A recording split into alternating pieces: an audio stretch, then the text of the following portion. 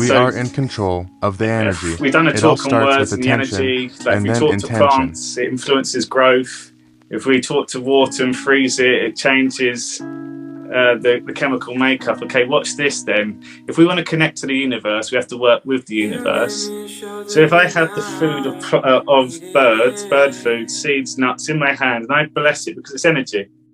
So I'm blessing it, bless your food, and I'm putting now instructions. What do I want? Love. Let me just put love within all the food. Yes. When I'm eating food myself now, it makes sense. Bless your food. Give it instructions because I'm in control of this energy. It's still energy from the universe, but now I'm in control of it. So I bless it with intentions within the food. So when you eat sugar and you think it's going to make you fat, label it and change it. It's going to give me fuel.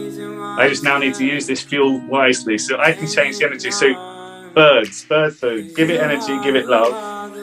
Throw that out there, right? The birds will eat that and they'll pick up on your energy of love. And then birds go around the world and imagine birds are messengers. So birds influence people's day by the noise that they make, by the flying over your head, by the different things that they do. They influence people. So you're putting out love to the universe from the food that they pick up this life cycle. So if we can start tapping into the energy with the intention after, then the universe will do what it has to. And if we're saying to the animals, look, we're working with you, it's love too, like you can trust us, then all of a sudden we'll all move closer to that 5D ascension.